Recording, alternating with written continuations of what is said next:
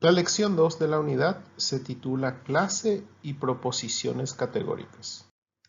A esta parte de la lógica se le denomina también lógica de clases, lógica clásica o lógica aristotélica, ya que fue creado por el filósofo griego Aristóteles.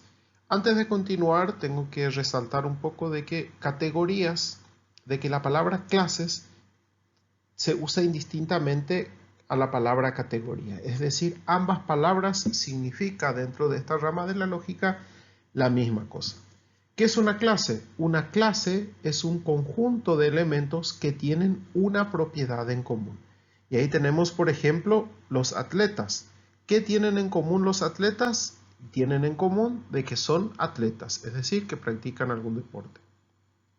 La clase de los vegetarianos tienen en común de que son vegetarianos.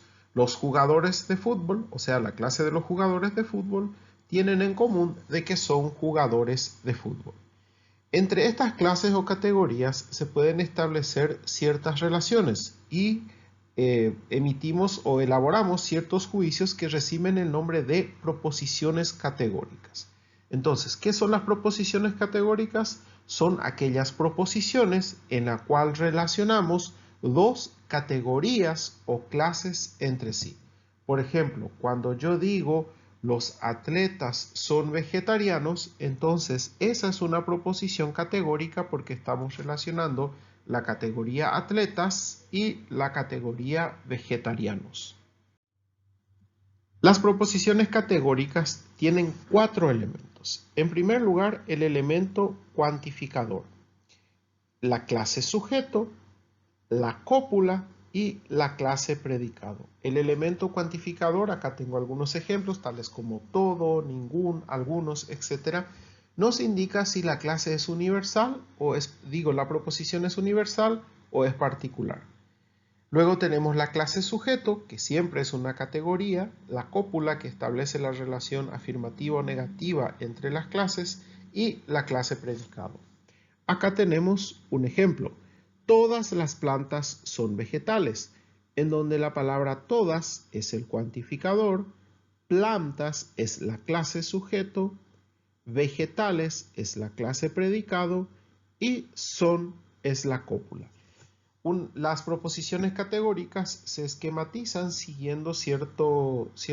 utilizando ciertos símbolos, ¿verdad? Acá tenemos, por ejemplo, todas las plantas son vegetales, se esquematiza como todo S es P, donde S es sujeto, P es predicado, todo es el cuantificador, es la cópula.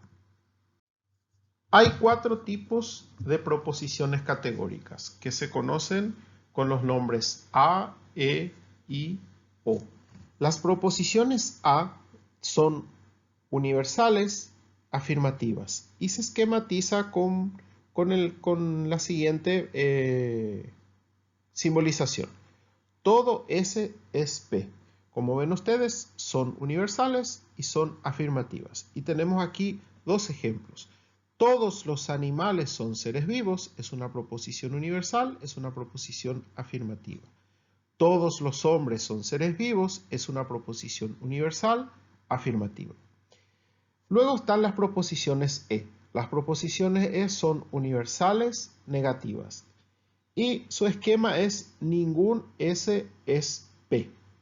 Y tenemos aquí 2 ejemplos. Ninguna roca es un ser vivo, es una proposición universal y también es una proposición negativa.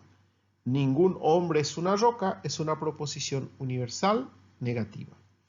Luego están las proposiciones I. Las proposiciones I son particulares afirmativos y se esquematiza como algún S es P. Y tenemos aquí 2 ejemplos. Algunas joyas son objetos de oro, algunos alumnos estudian mucho. En ambos casos son proposiciones particulares afirmativas. Luego están las proposiciones O. Las proposiciones O son particulares negativos y se esquematiza como algún S no es P. Y acá tenemos 2 ejemplos. El primer ejemplo nos dice algunos alumnos no asisten a clase, es una proposición particular negativa. algunos perros son blancos. Es una proposición particular negativa. Entonces, las proposiciones categóricas pueden ser universales afirmativo, que se simboliza con la letra A, universal negativo, que se simboliza con la letra E, particular afirmativo, que se simboliza con la letra I, y particular negativo, que se simboliza con la letra O. En todos los casos ustedes pueden usar este cuadro para ir mientras van aprendiendo, pero más adelante necesitarán saber de memoria prácticamente que cuando decimos, por ejemplo, que una proposición es A, entonces automáticamente ya debemos saber de que es universal afirmativo. O cuando decimos, por ejemplo, que una proposición es O, automáticamente ya debemos saber de que es una proposición particular negativa. En cuanto a los ejercicios, hay 3 ejercicios. El primer ejercicio, marcar con F las proposiciones falsas y con B las verdaderas. Justifica las falsas. Mi recomendación es que en la medida en que vayan leyendo, vayan marcando ya cuáles son F y cuáles son B. El ejercicio 2, escribe 5 ejemplos de clases, es decir, categorías. Un ejemplo podría ser, por ejemplo, las computadoras. Entonces, las computadoras son objetos que tienen en común el hecho de que son computadoras. O podría ser, por ejemplo, los celulares Samsung. Entonces, eso es una categoría o clase. Simplemente citar.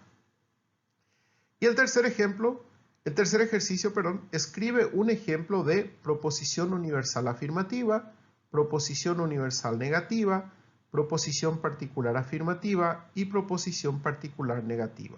Pueden usar el cuadro de la diapositiva anterior como ejemplo y elaborar sus propios ejemplos, es decir, no copiar los ejemplos que ahí están, sino plantear ejemplos nuevos.